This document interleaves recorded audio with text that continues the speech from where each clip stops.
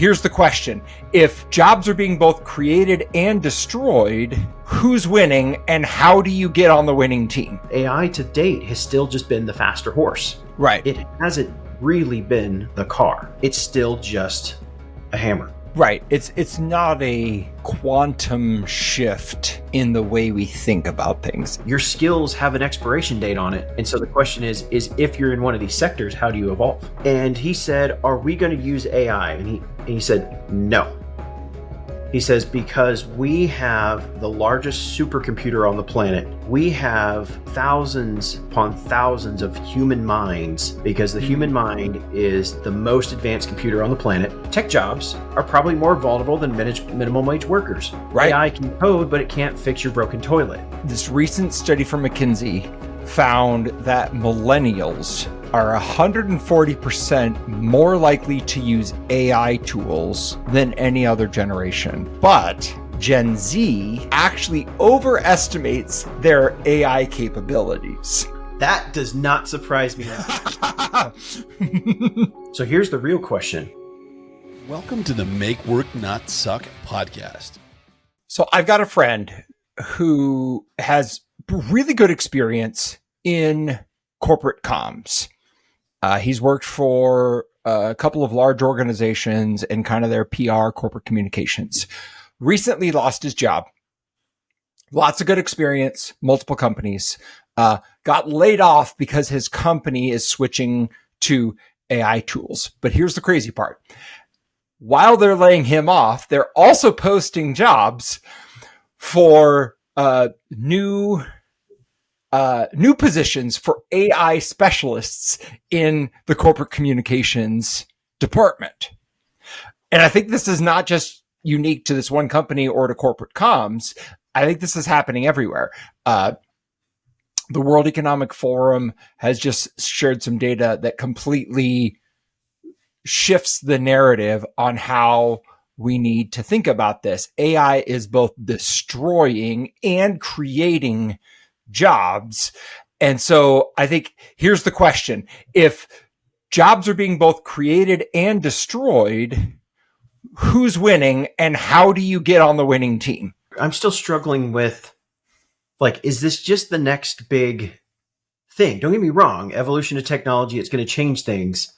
But I'm looking at the line here. It says if 170 million new jobs are being created, but 92 million are being displaced, who actually wins in the equation? That's 78 million new jobs. Right. If the math holds. If the math holds. But then the very next line in this write-up here says your abilities have an expiration date now, and they're way shorter than you think. Mm-hmm. I have a question. Let's go back to the 1960s-ish. All right. When a lot of mathematics and accounting and bookkeeping was all done by hand. Right. Bookkeepers were literally people that had to run tabulations, and you had to have your calculator and this, that, the other. And the invention of the computer displaced all those people. And Excel sheets, you have no need for a bookkeeper now. Sure. And then in the 80s and 90s, the same thing happened with administrative assistants, right? Schedules and emails and calendars were all managed by people, and now they're all managed by Microsoft or Google. But people still have bookkeepers and people still have assistants. They do, but they do very different things. You used to have 3 assistants, and now you have one. You have 1 assistant and 1 project manager. She's doing very different things than returning phone calls and booking meetings for you and making copies, right? That's not what she's doing. Well, yeah, but I mean, it's still like a fraction of my job. It's not like she's doing right. Right. So software has eaten those jobs. They're gone. They're never coming back. But my point is we still have bookkeepers and assistants today. So great. But they're doing higher level activities. Right. But my point is they're checking the things that the AI is doing. They're not doing the thing that the AI is doing. Well, that's what I'm trying to get to is it's just an elevated form of doing the same job. And I think what we're in that cusp, because I bet in the 1960s when, the computer was coming out and people were going to, you are no longer, your bookkeeping skills are no longer going to be necessary. No, you just had to learn how to morph to using the software. And because you had the hard skills, you could use the technology better. So how much of this, if we're creating 170 million new jobs, but displacing 92 million, how much of this is just an evolution? I think a lot of it is an evolution. The problem is, I think it's sawing off the lower rungs of the ladder, right? Like if you go back and you think about, let's say the bookkeeping that you were talking about, most of those journal entries needed to be done by hand in the 1960s. And if you were just out of college and your first job was doing debits and credits, like that was not sexy, but it was a good job and it paid well. And it was a good start to your career. So you could eventually move up. Once Excel came in, that job disappeared because your manager now with Excel could do the job that he plus a team of people used to be able to do. And so the only person who keeps their job is the manager, and all of the entry-level jobs just disappear because now software can do that.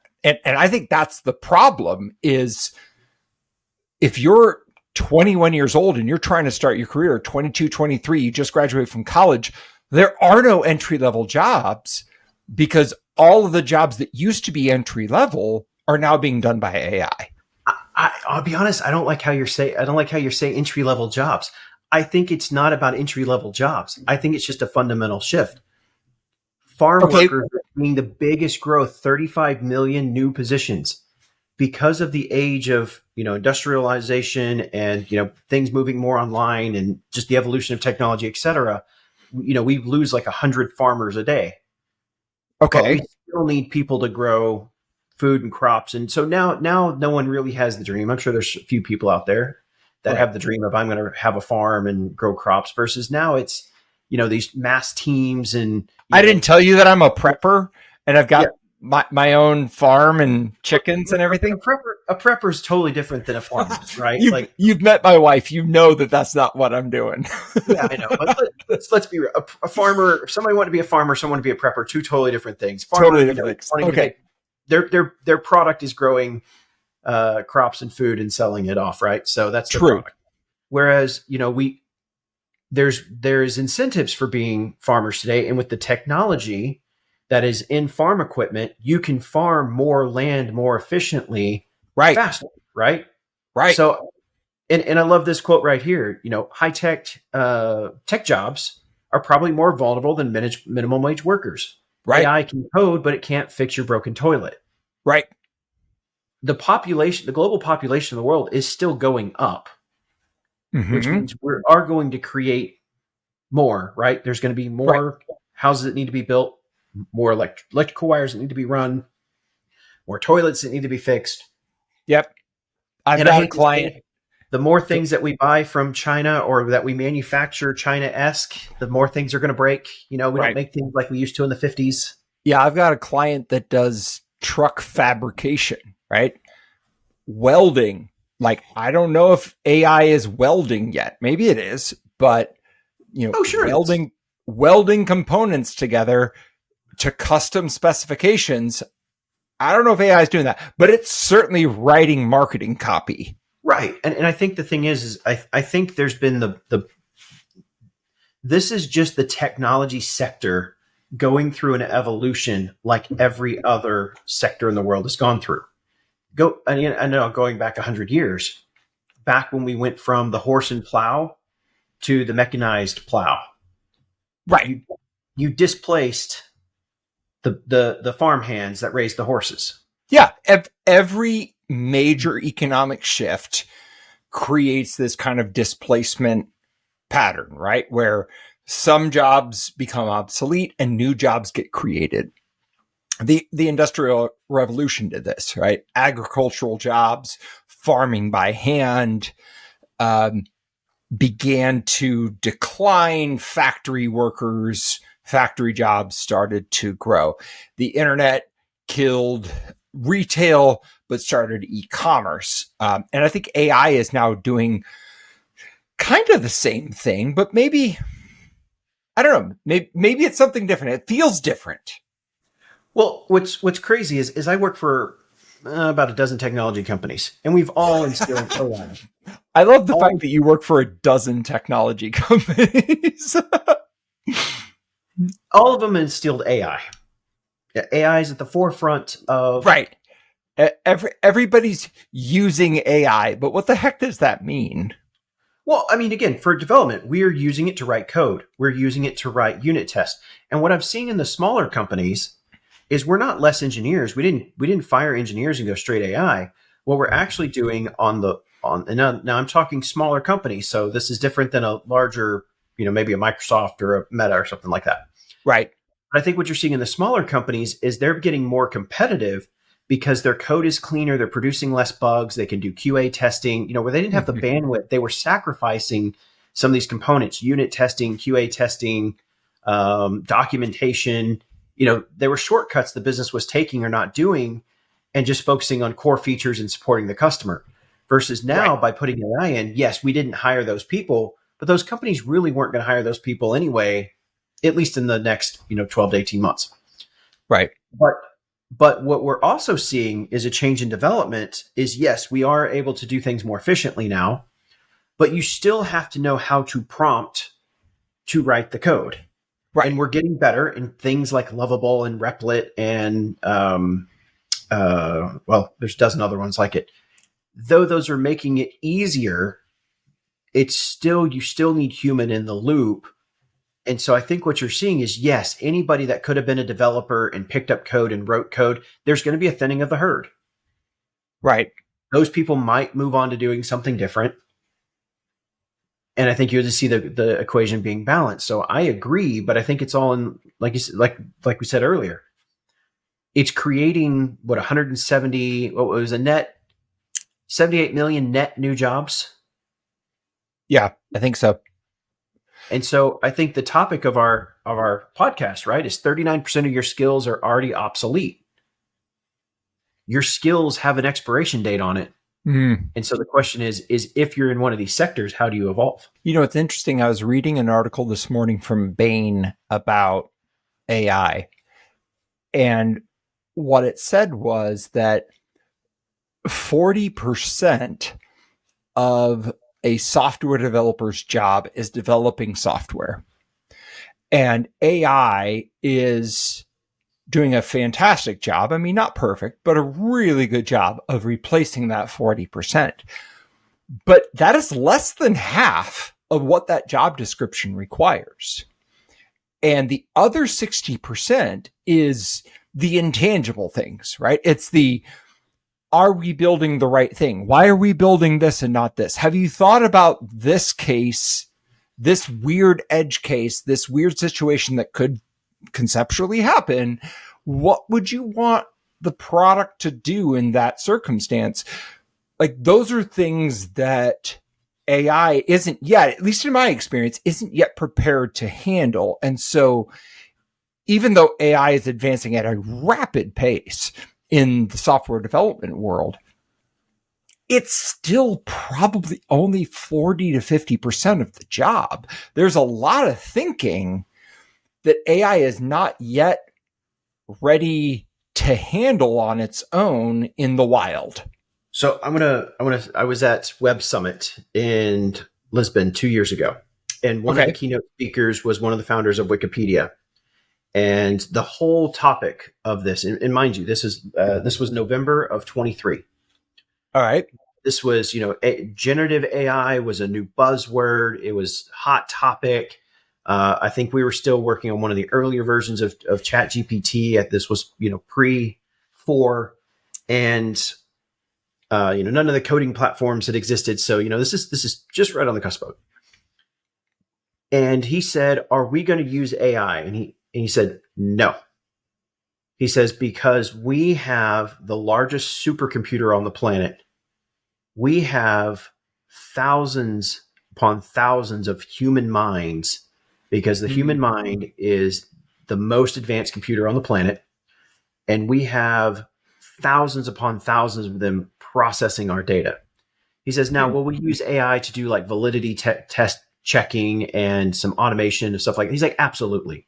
Sure. He's like, our articles are not going to become AI written because the human brain is still the most advanced computer for processing this kind of data.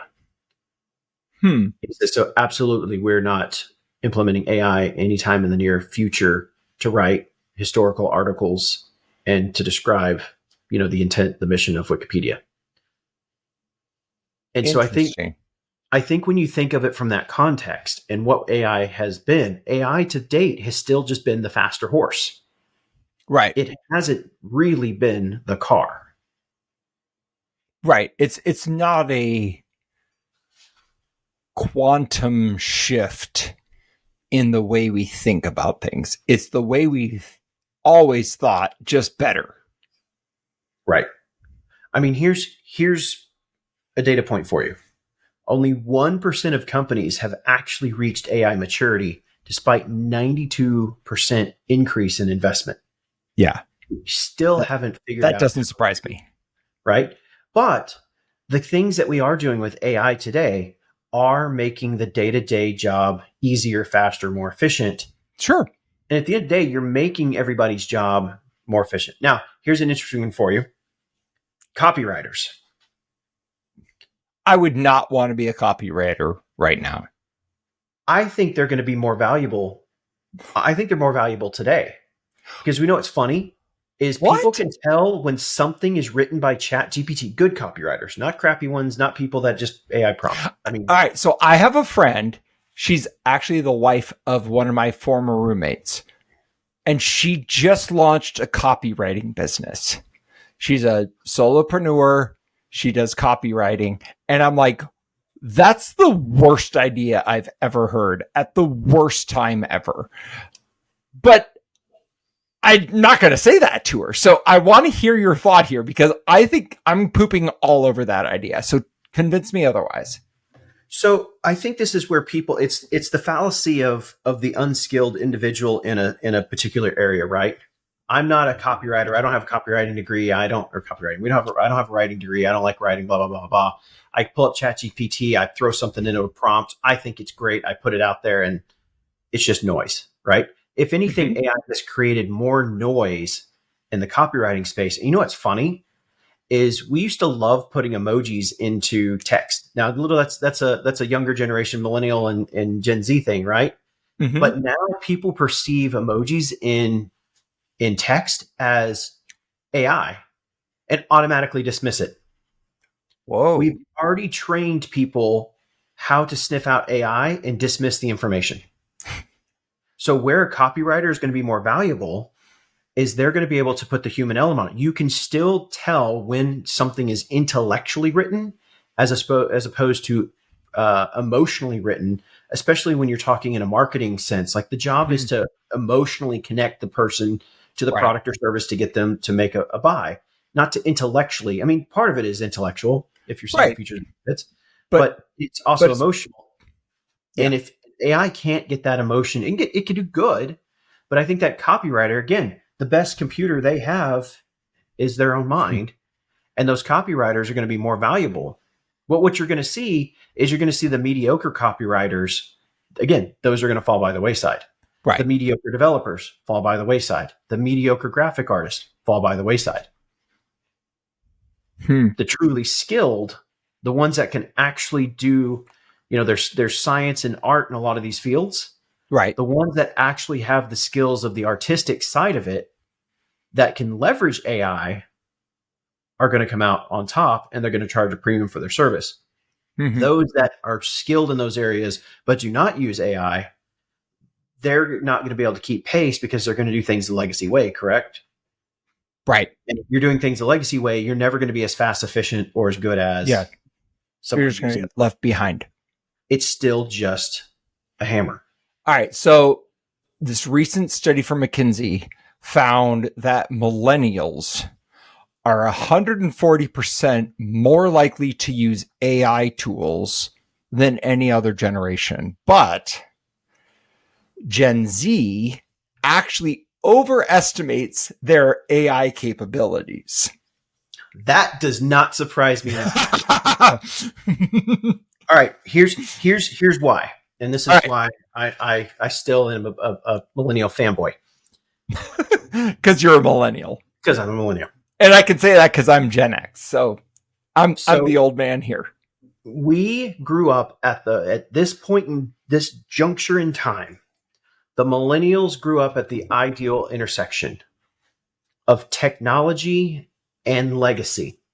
We can bridge the gap between the old way and the new way, especially some of the older millennials. The younger millennials, sorry, you're a little bit more screwed. All right, I'm going to argue with you because there's a subset of a subset called Xennials that were born between 78 and 82, and they're half millennials and half Gen Xers, and that's where I fall. And I think we're the best because I remember pre-internet. I remember phone books. I remember dial-up. I remember all of that. And I think you're too young to remember that.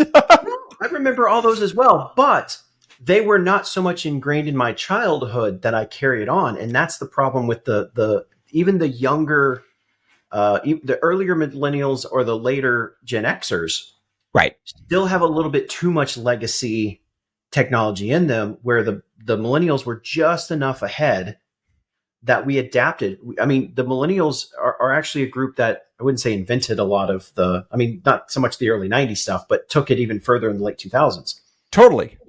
But Gen Z came in too far. Yeah. They grew up with the iPhone. Don't know the world without it. Right. And so they don't have enough. They have a lot of good ideas and a lot of great vision. But when it comes to using AI, they think they can just put a good prompt in and it's going to do what they want. No. Whereas they're missing the soft skills to maneuver the AI to get it. Whereas the millennials have enough of the soft skills from the legacy. You know, we were right there on the tail end of technology phasing out. Right. That, you know, and you got to think, a lot of us came into, I almost said came into power. we came into the workforce right at the .com bust. Right. And so it was right at the peak of, you know, legacy technology, the economy collapse. And if you look at the time from, 2000 to 2010 and the advancement of, where things went with the internet, it was leaps and bounds. And then, of course, you did it again between 2010 and 2020. And so the fact, it does not surprise me that the 140% using AI tools and Gen Z overestimating it, because they've got a lot of book smarts. They don't have the street smarts that millennials have. And Gen Xers and boomers have too much legacy. Right. Too much legacy baggage. I'm going to argue with you there because, but I remember you're a younger Gen Xer. I'm one of the youngest Gen Xers. You can't get much younger than me and still be Gen X. You start moving into millennial. So I'm right near the cutoff. I was born in 78. But like, I remember building regression models by hand. Like, I know how to do that. And those kinds of skills, like all the stuff that AI is built on today is being built on foundations that were set 20 and 30 years ago. And I was doing those things by hand. So like, I know when some of those things are not working because I've done them before. And one of the challenges of, I think, millennials and Gen Zs and certainly Gen Alphas is they've got no context for this. So if an answer is totally out of the ballpark of reality, they don't know because they don't have the foundational knowledge. I agree. And I do think there's a level of, how much is the older generations holding things back? Sure. Because how much, let's just say boomers for a second, boomer business owners, where they've got a legacy mindset. And again, there's a handful of them. I love this quote right here. 22% of boomers are AI ready, according to a McKinsey survey. I think that's way too high. You know what? There's I will put, there is a couple of business owners that I work with that are in the middle-aged boomer, I guess you can call it, mid-tier of a boomer. Mm-hmm. And they are like, what is this AI crap? Right. I don't understand it, but they're more on the retired side of the spectrum. Yeah, they're on their way out. They think it's neat, but they just don't want to bother with it. Right. Then you've got some of the younger boomer side of it that are probably closer to like older Gen Xers, kind of the opposite, kind of what we were talking about a minute ago. And they don't quite grasp. Well, actually, there's one individual I'm thinking of. He's all over AI. Now, he is definitely the boomer results guy, and he is definitely doing the like results through like he's using Chat GPT like an old sales guy would use a phone book. And Nice. getting to results fast. And it's like, okay, no, let's back this up a little bit here. There's that's all results with no journey. Mm-hmm. But how much are some of the legacy business owners holding things back because they're wanting to hire people because they don't get it? And so they're wanting to force a legacy. You're getting younger employees in that want to use AI. Whereas how much of this is just going to hit a rupture point? Mm-hmm. And the answer is forward. And here's the example I'm going to use.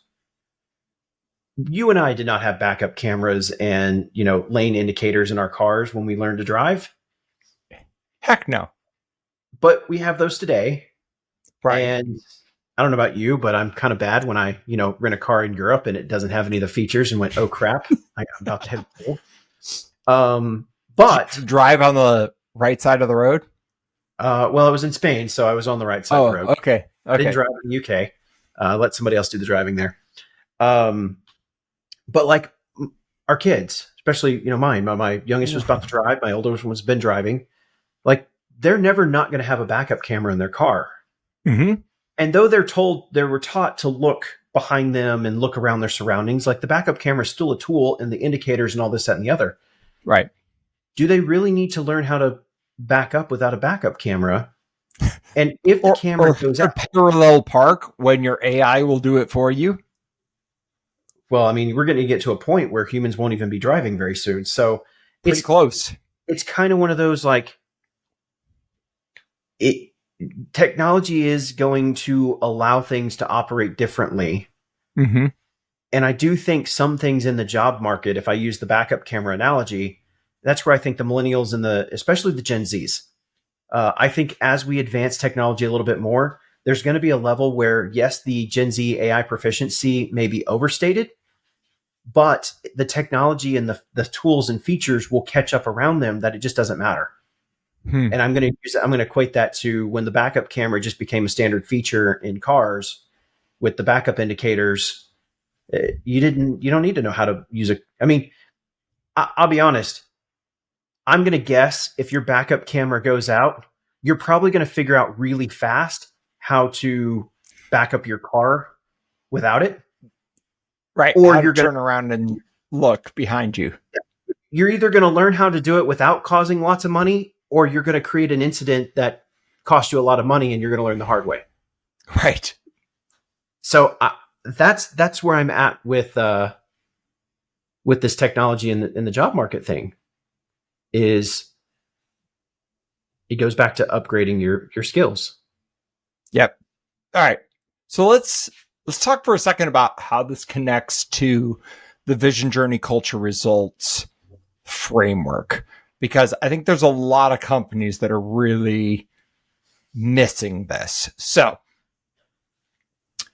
if you were leading an organization and you wanted to be AI first, what would you be thinking? What would you be doing? What would you be communicating? If you were a company that wanted to be AI first, what would you be communicating? Like if you owned a company and you were truly dialed into what's going on from a technological standpoint and the impact that AI is going to have today and in the future, how would you be communicating to your people? Like what's the message there?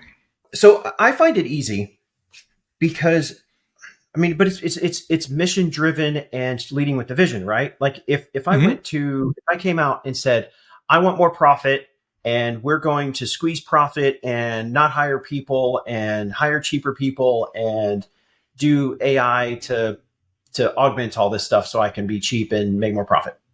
Obviously, you're an idiot if you're doing that, and maybe you shouldn't be in business. But I think for me, what I look at is goes, okay, how can we make our work not suck? I mean, exactly what the podcast is about, right? How can we get everybody working smarter? How can we leverage this to get more output of the existing team without making you work harder, pedal faster, right? Right. Can we work 30-hour weeks and achieve more output than currently? And if we can do these things, or we can do these things and allows people to take more PTO time off, or you can work more remotely and not have to be tethered to things. Like, how can this help us enjoy life more by using the tool to get more output or better serve our customer? Or, I mean, even like on call, for example, if I can have an AI chatbot that scans our knowledge base and is able to do after hours assistance, and I cut back the after hour support by 70, 80%, Sure. That's not waking somebody up in the middle of the night to answer a stupid question. Right. So the way I approach it. 20% of the questions drive 80% of the calls. Why can't we use AI to answer those questions so only 20% of the time somebody gets woken up in the middle of the night? Right. Exactly. So when I approach it with an AI first vision, it's all about how can we, because I like keeping a tight-knit team. Mm-hmm. And I don't mind hiring people. A growing company is going to require the necessity of hiring people, but I rather hire and keep a tight-knit team and only bring in people as we need them, not so we can squeeze more out of everybody. But if you go in and hire, 15 people tomorrow and just throw bodies at it, it will dismantle your culture. Right. So if we value our culture and we want to get the best bang for our buck and allow our people to work less or take more time off or be less stressed, then this is a tool to help us achieve that. Yeah, I would maybe say that in a slightly different way, but I think it's philosophically still aligned. Is I don't think AI is a vision. I think AI is a journey to help you achieve your vision. But if you're not clear on your vision, sprinkling some AI on it is just going to get you lost faster. I think you've got to be really clear on why you exist and the value you add and the customers you want to serve and the problems you want to solve. And if you're clear on that, AI can be very helpful. But if you're not clear on that, AI can be a real problem because it can get you way off track very quickly because it can produce some results in the short term, but that don't actually align with your purpose. Oh, 1,000%. I mean, here's some stats on here, right? 59 out of 100 workers need reskilling, but 11 won't get it. And 46% organizational resistance as the second biggest barrier after skills. So, right. I mean, again, if you're trying to push results and you're not getting traction, again, it starts with the vision, right? And then you got to incorporate the journey of that. You have to incorporate the AI into the journey of your business to achieve the vision. And if it's not aligned with the vision, you're never going to get there. And then the third one is culture. Your culture is never going to align if the journey and the vision aren't in alignment. And you'll never get to the results. What did we say earlier? Only 1% of companies have achieved AI maturity, but 92% are investing. 92% of companies are investing in AI, but only 1% has achieved maturity. That's probably because squeeze profits. It's because AI cannot give you purpose. AI cannot give you purpose. Absolutely. AI cannot give you a vision. If you have a vision and you have a purpose, AI can help you get there more effectively, more efficiently, but it cannot give you a purpose. Well, and I think this is a great. This is taken out of. Oh my gosh, my wife reads this magazine. I'm totally blanking on the name of it today. A magazine. Cosmo. No, it's called like Yesterday or Yesteryears or something like that. It's a magazine dedicated to like showing history and stories of like in the past. And this is a quote from like 1920. All right. Individual saying their favorite phrase was, "The hurrier you are, the behinder you get." And I think the hurrier you are to implement AI, the behinder you're going to get, because you're going to disrupt the journey, which will disrupt the culture and keep you from the results. I like that. That's good. That's really good. I would not expect that from Vogue magazine. Yeah, no. You got to remember, my wife should have been born in the 1950s, not, she wants a landline. All right. So if you're somebody who is listening to this podcast, you're hearing about how rapidly skills can decay, how quickly AI is evolving, what's happening with the geographic mismatches, which we haven't even talked about yet. Maybe we should talk about that first. Geographic mismatches. Let's go back to that. How much of what is happening is geographically driven? Like, if you live in a major city, like one of my clients lives in a very rural area, and they're in a service business. It's a blue collar business. They're doing really well. They're making probably $15, $20 million a year in revenue, healthy profits, but there's just nobody around who is tech savvy and kind of more of an urban citizen because their company is based in a very rural area. What advice would you have for them in the context of this conversation around how quickly skills become obsolete? Oh, that is a good question. That one's tough. Well, I may not be a good person to debate that one with, and only because I work more on a global level.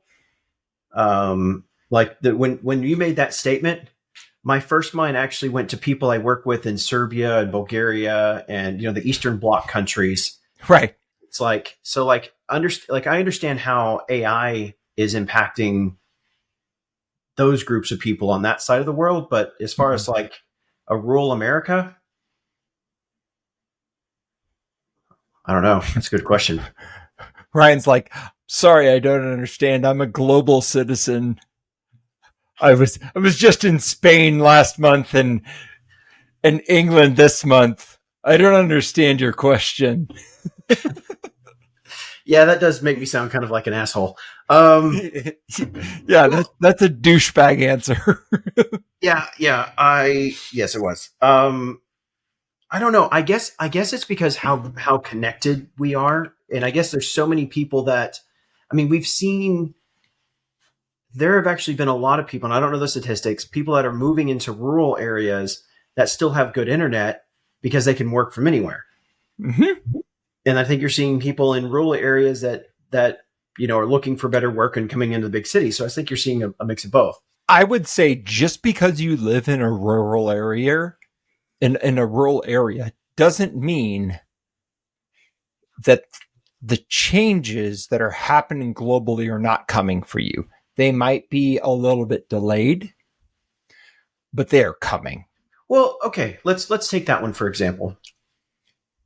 I think if you're in rural parts of America, I think there's still going to be, the local coffee shop and the local bakery, and those small communities are still going to thrive, and I think there's a level of that coming back, right? Like shop local.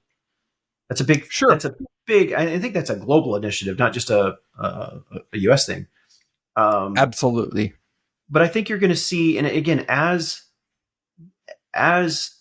the world evolves, I think we're going to see, it's kind of one of those, like we contract and then we expand, and we contract and expand. And I think what we're seeing right now is we're starting to see an expansion because we've had so much consolidation so much like you can't even go to the grocery store now and get what you want because retail is a dying breed. I guess you can probably go to the grocery store, but a retail store, now you got to Right. order it online and wait, 2 days if you can't get it, same day with Amazon.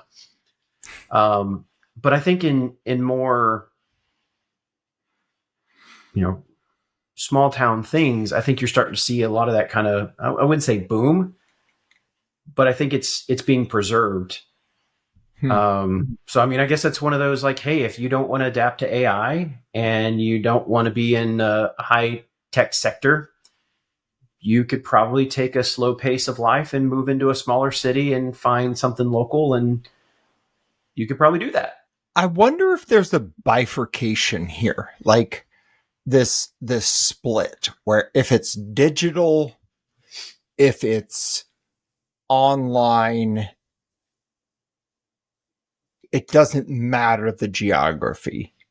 But if it's in person, if it's an experience, that local matters. And so I wonder if you need to think really carefully about the business that you're in and think carefully about, okay, is this the kind of business that local touch, that in-person experience really matters? In which case, everybody has to be here?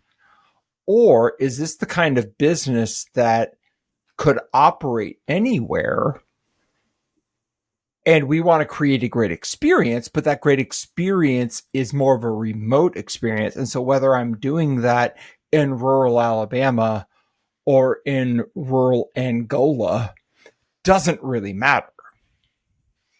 Well, I do think, I think maybe, and I might be misunderstanding what you're saying here is, I do think as we evolve as a society, like why do we have so many restaurants? Because we're bored and we like to eat and we like variety. And so, I don't want to eat the same thing every single day. I want variety. So I go to, 5 different restaurants, different places. every week. Right. Yeah. And I think even as we evolve now, like like travel, people are traveling internationally more so than they ever have in history.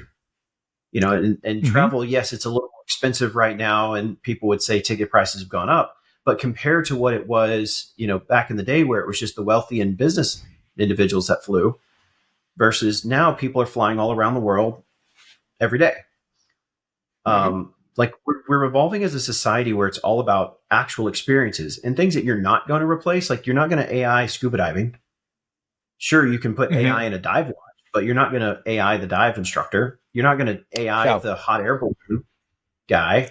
Right. You're not going to you're not going to AI by skydiving. I think most experiences are going to be AI proof. And I think one-on-one human to human experiences are going to become a luxury good. And even think about like that's going to be the high margin luxury goods, and then everything else is going to be erased to the bottom. Yeah, again, it's just going to evolve. I mean, I think as we get as technology progresses more and more into our everyday, it means we should, in theory, have to some degree more time. I think a lot of people would argue they're probably working harder than they ever have before. Right. But I think that's the tipping point we're getting close to, and I think experiences and the individualization that is going to become more. How do we fill our pastime with more things to do? And I think that's going to open up different business opportunities. And that is, yeah, sure. Let's talk about escape rooms for a second.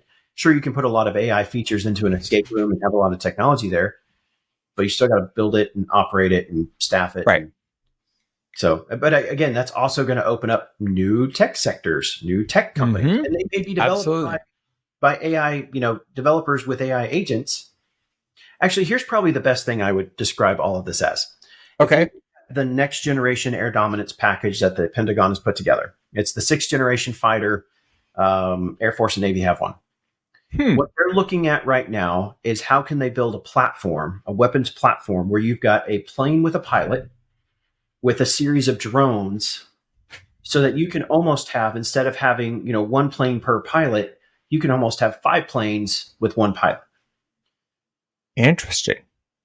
So what you don't need as many pilots as you needed before, Right. because you've got the platform. I think you're going to see that's like the future of development, is you're going to have one developer with a handful of agents that support that developer. Right. I think the same thing in restaurants. You're going to see a lot more automation where you may meet, instead of having a staff of, what's a Chick-fil-A have? 130 people per restaurant? The big ones, sure. Yeah. You may go down to maybe 40 to 60 people per restaurant. And you know what? You're still going to appreciate the human out on the curb taking your order, but you might have the machines in the kitchen prepping everything. Right. You're never going to replace the human. You're only going to optimize the human. Yeah. I think the winners won't necessarily be the best at AI or the best at human interactions. They're probably going to be the ones who blend AI and human interaction together in the best way. Well, and I think if you take it a step further, you're starting to see this online now, and I don't know what the percentages would be, but I think you're going to find more people that get into, unique baking, the artisan cookies, the artisan. Let's say that correctly. Artisanal cookies. Sure, whatever. But you're going to see, I've seen people get into like stone sculpting. Okay. They're fascinated by using, the chisel and hammer and sculpting stone, or, painters creating art. Like, I think you're seeing a lot more people starting to apply those skills that have been lost and creating whole new avenues of revenue streams by using those unique talents. Right. And so again, I think what we're really seeing is we're seeing the compression on the technology side. And you'll see a large percent of that elevate. And I think the other percentage that is just going to go find other things. And as we evolve as society, we want to find more things to do. We want to eat more interesting foods. We want to travel to more interesting places. Then those places are going to create jobs. And those people that get squeezed in the tech sector are going to find their life passion in one of those other sectors. Again, 170 million jobs created, 92 million. 92 disappear. All right. So 5 years from now, we're going to look back and realize this was either the moment we got it right, or we completely screwed the transition and we lost it. Where do you think this is going to land? I'm going to take a little bit of a morbid approach.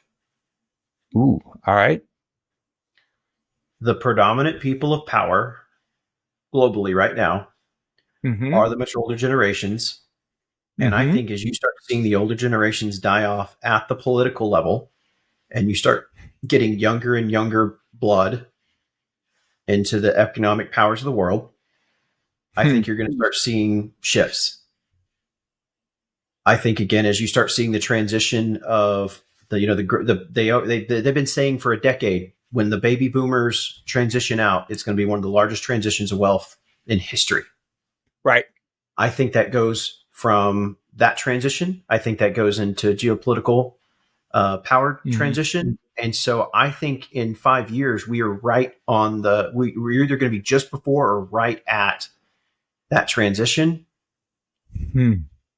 And I think when that domino falls, it is going to be a wave.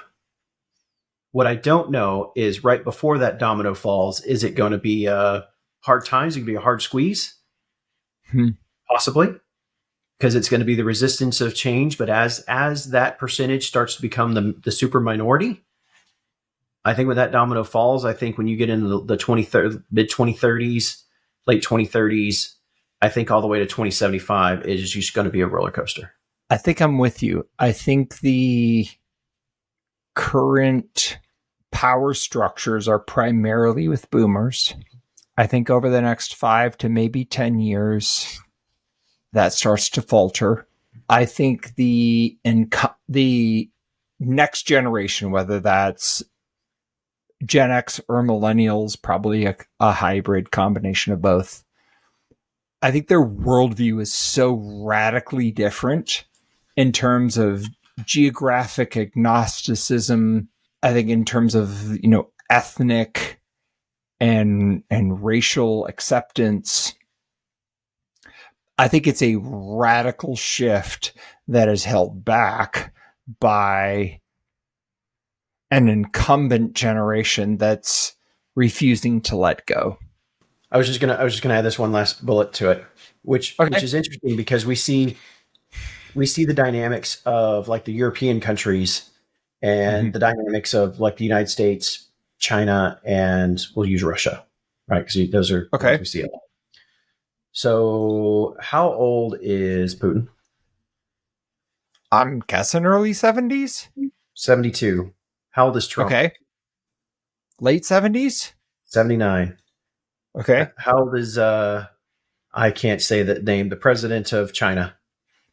Oh, wow. I'm guessing late 60s. 72. All right. I'm bad at guessing. If you want a random never mind. I misclicked on the wrong. What about the leader of North Korea? Kim Jong-il. Oh, he's young. But I think let's not use that one as the example. Is it true? Well, yeah, he's still 29 for the 30th year in a row. I think he's like, well, but remember it passed down to the son or something like that, so he's like right. Or something. But there's some screwiness there. But yeah, you've got Putin 72, Trump 79, and Xi Jinping. I probably butchered that at 72. Okay. The PM of UK. How old is he? I don't even know who the PM of the UK is. 63. But I'm guessing it is okay. The PM of France. Oh, he's relatively young, but there's a whole brouhaha about him, whether or not he's married to a woman or a man. I'm guessing early 60s. The current PM of France is 39. Hold on, who is that? Sebastian Leclerc.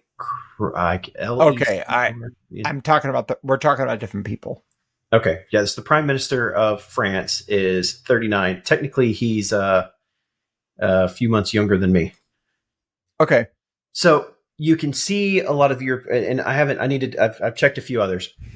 A lot of the world has already started bringing in younger new blood versus the major powers of the world, or at least from our standpoint, the United States, U.S., China, and Russia. Again, causing geopolitical issues there.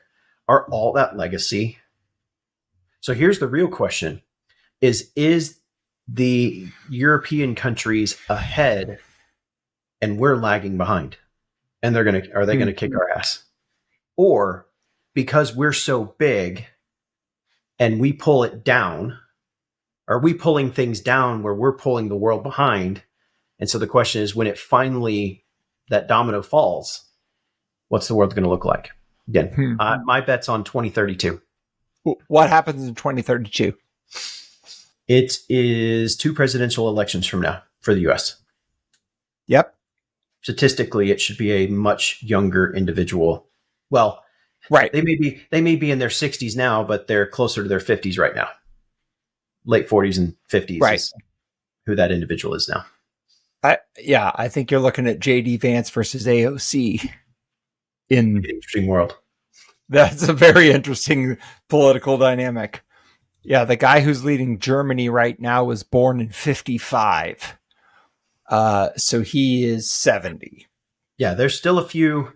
Or he turns 70 next month. Yeah, there's still a few on the global side. There's still a good handful of much older. But you're starting to see some younger ones enter into the mix. You are. And I think, again, as we start you start seeing more Gen Xers and millennials start taking, the top positions of power. I think you'll start seeing the dynamic accelerate. I think the most important thing to understand about where we are today and where we're going to be in the future is that humans are not competing against AI. I think it's about finding those places where human judgment and AI capabilities merge together to create more value. And so if I was looking at my capabilities, right, and the skills that I possessed in the workforce, I think, to be honest, we need to admit that all of our skills have an expiration date. That whatever you're good at today, there is likely a day not too far in the future where AI can do that for you. And so you need to begin preparing for that day. And just like the software developer, which we talked about earlier in this episode, where 40% of the software developer's job is developing software, but 60% of their job is other things. That's where the human has the opportunity to add significantly more value than AI, right? Our ability to deal with ambiguity, to come up with a plan in the face of competing, conflicting, and uncertain priorities. Like, that's something that AI, as of now, is not able to do. And so that's where humans are going to be able to add value into the process. So understanding that those kinds of intangible skills, leadership skills, influence skills, even things like location and demographics are going to matter more than your individual capabilities, right? Your ability to write good copy, write good code, or whatever it is that is the primary thing you're paid to do. And I think the biggest opportunities going forward are going to be in the places that we don't typically think to look. I think it's going to be more service, anything that you can't digitize, that you can't write an algorithm for. I think those are the opportunities for humans to continue to add a lot of value. And that's where I think the jobs are going to be. I think human touch is going to be a luxury good in the future. And I think it's going to pay a premium if you can create the market for it. And so if I was advising people on how to build your career over the next 20 to 30 years, I would say figure out how to partner with AI and how to create experiences that can't be replicated with digital substitutes. What would you say? All right. Everybody needs a skill portfolio and not just a skill set, right? The day of a skill set is dying. You need a portfolio of skills that includes AI. Companies that are going to survive 2030, they're investing in people today for the people of tomorrow, not just today's technology. Today's technology is faster horse.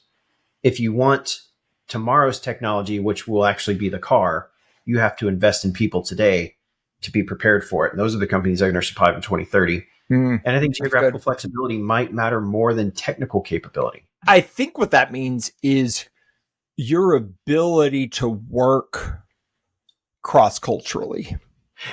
Right? Yeah. Let me put some context behind that. I mean, I think as the world evolves, right? Like we are more globally connected. I think as we are, you're starting to see like Eastern European bloc starting to fight for, lower hanging fruit jobs. You're starting to see a lot of South America come online and competing with jobs that are currently in India and the Philippines. Right. I think as we are more globally connected, I think that flexibility is going to matter more so than, again, the technical capabilities. It's not about the software, it's not about the technology. It's about where we can leverage humans throughout the globe. Yeah, I'm working with a company in suburban, almost rural, like right on the edge of suburban and rural Georgia.